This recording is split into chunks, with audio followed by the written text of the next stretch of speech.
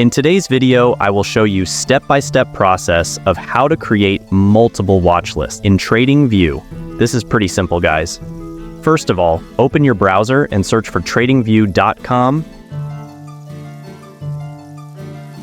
Then open your trading chart. To create a new watch list, all you need to do is simply go to top right corner and click on these three lines icon.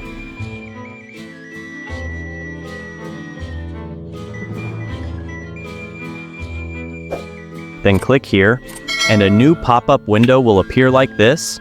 Click on Create New List. Type the name of your watch list, like I'm typing my channel name,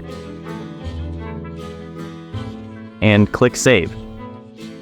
Your watch list will be created successfully. To create another watch list, the process is same.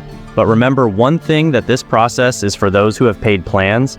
If you have not subscribed any paid plan, but want to create multiple watch lists free, then there is some different methods, but 100% for sure we can create in free mode.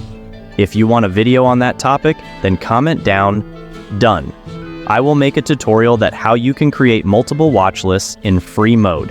If you found this video helpful, please like the video and subscribe to my channel. Thanks for watching.